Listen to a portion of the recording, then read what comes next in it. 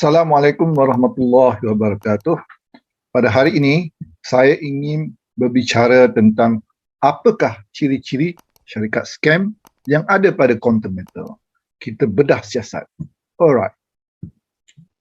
Yang pertama, syarikat scam akan menjanjikan bulan dan bintang. Kalau kita masukkan duit, let's say RM10,000, dia akan janjikan setiap bulan kita akan dapat RM2,000. Itu janji bulan dan bintang. Macam mana kita akan dapat RM2,000 setiap bulan? Tidak diceritakan. Kalau kita tanya pun, dia akan putar balik pusing-pusing sana sini. Jadi ia menjanjikan bulan dan bintang. Kerana apa? Kerana itulah yang dia nak. Dia nak dapatkan duit kita dahulu. So dia janjikan bulan dan bintang.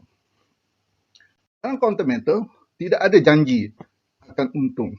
Ia hanya bergantung kepada harga pasaran emas dunia. Kalau harga pasaran tu tengah naik, mungkin kita akan untung. Kalau harga pasarannya merudum, maka kita akan rugi. So, ia tidak ada janji bulan dan bintang. Okey. Ciri yang kedua, syarikat itu adalah syarikat scam. Ia adalah syarikat yang baru beroperasi.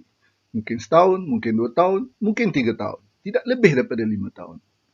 Okey, kita tengok pula Quantum Metal. Okey, di Quantum Metal telah ditubuhkan sejak 10 tahun lalu, iaitu 2012. Dan payout kapitalnya adalah RM10,000, 10 juta ringgit. Itu dah lebih kurang 10 tahun dulu. Okey? Alright.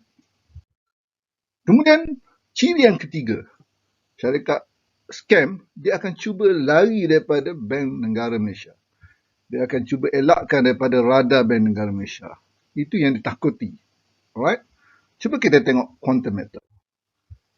Kalau kita tengok sini, Quantum Metal melaporkan diri mereka kepada AMLA, iaitu Anti-Money Laundering and Anti-Terrorism Financial Act. Dan ini di bawah unit Bank Negara. Alright?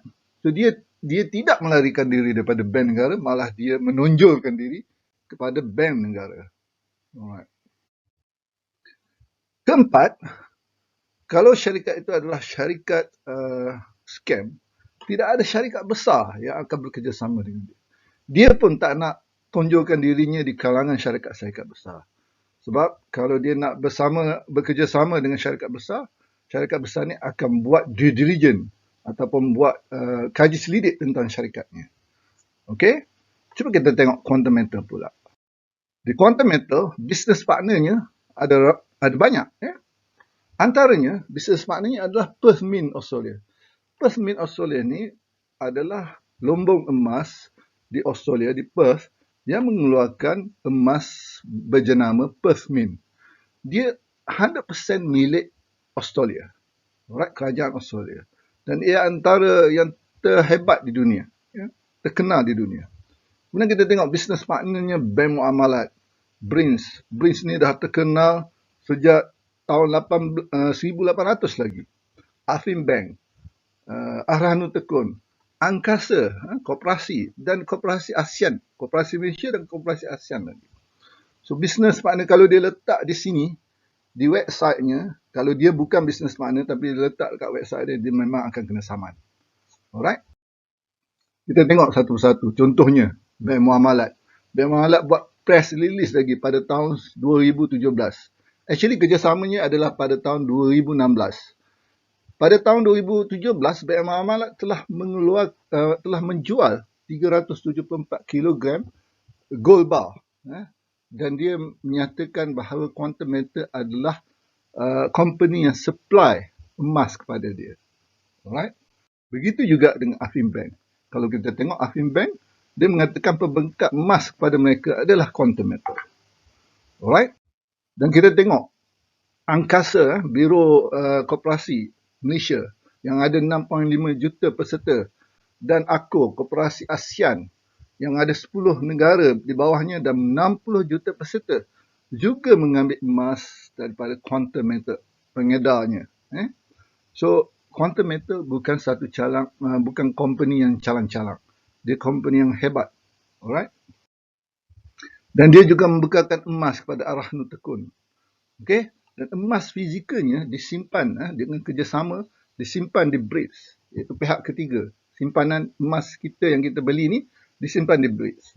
BRICS ni adalah syarikat penyediaan pelindungan barang berharga sejak tahun 1895. Bayangkanlah. Alright? Dan dia ada 110 cawangan di seluruh dunia. Alright? So, kalau kita nak emas yang kita simpan di BRICS ni, kita boleh dapat dalam masa 7 hari bekerja. Alright. Dan emas yang disimpan di BRICS adalah dilindungi 100% oleh Lloyd London. Okey. Dan emas-emas quantum metal ini juga dipasarkan, dijual di platform yang ada di Malaysia ini, Bursa Sud Asila nama dia. Adalah platform specifically dedicated to facilitate Islamic liquidity management and financing by Islamic Financial Institute.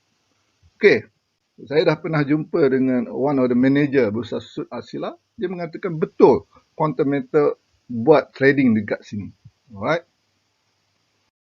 Okey, dan kalau kita pergi tengok website Perth Mint sendiri, kita akan tengok dia tulis di Malaysia local distributor dia adalah salah satunya adalah quantum metal.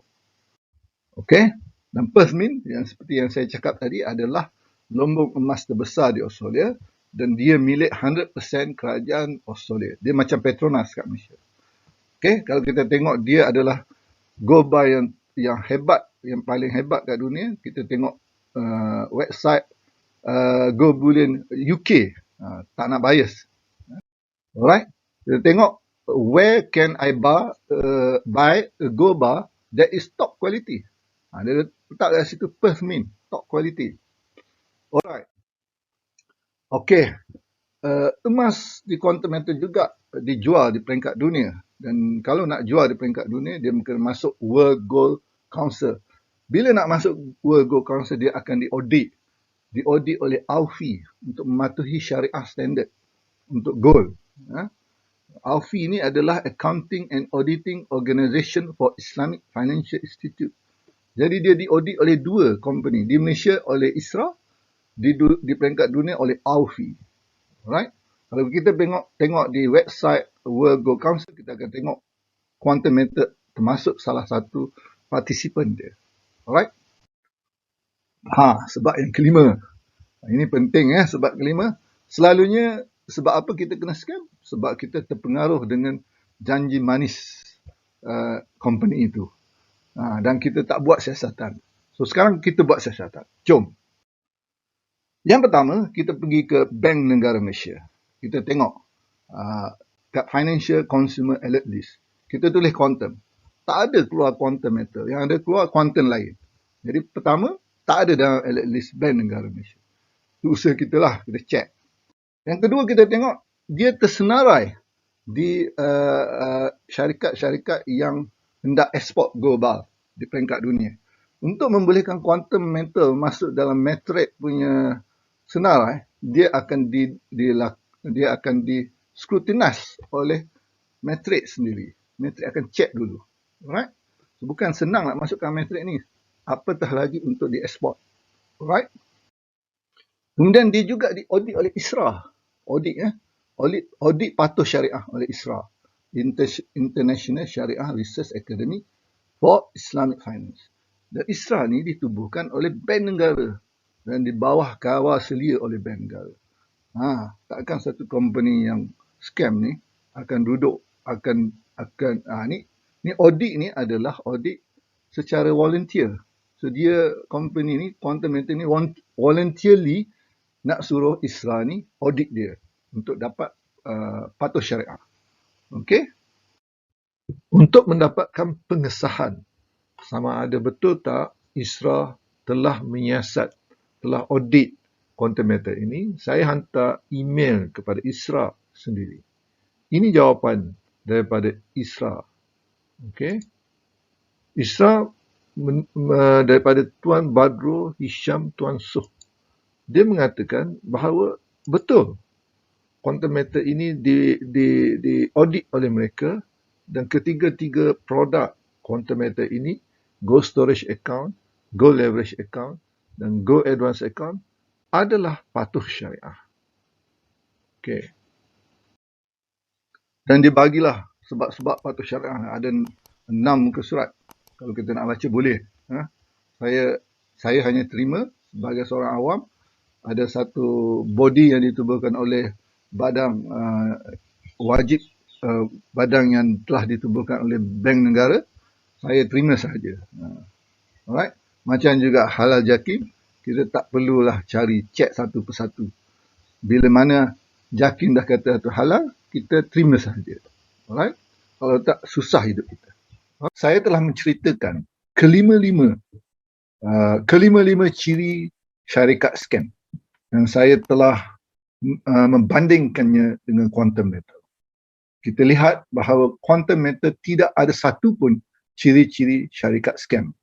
Jadi, bolehlah kita katakan bahawa quantum metal adalah syarikat yang benar-benar wujud, benar-benar asli, benar-benar wibawa. Yakinlah. Sekian, terima kasih.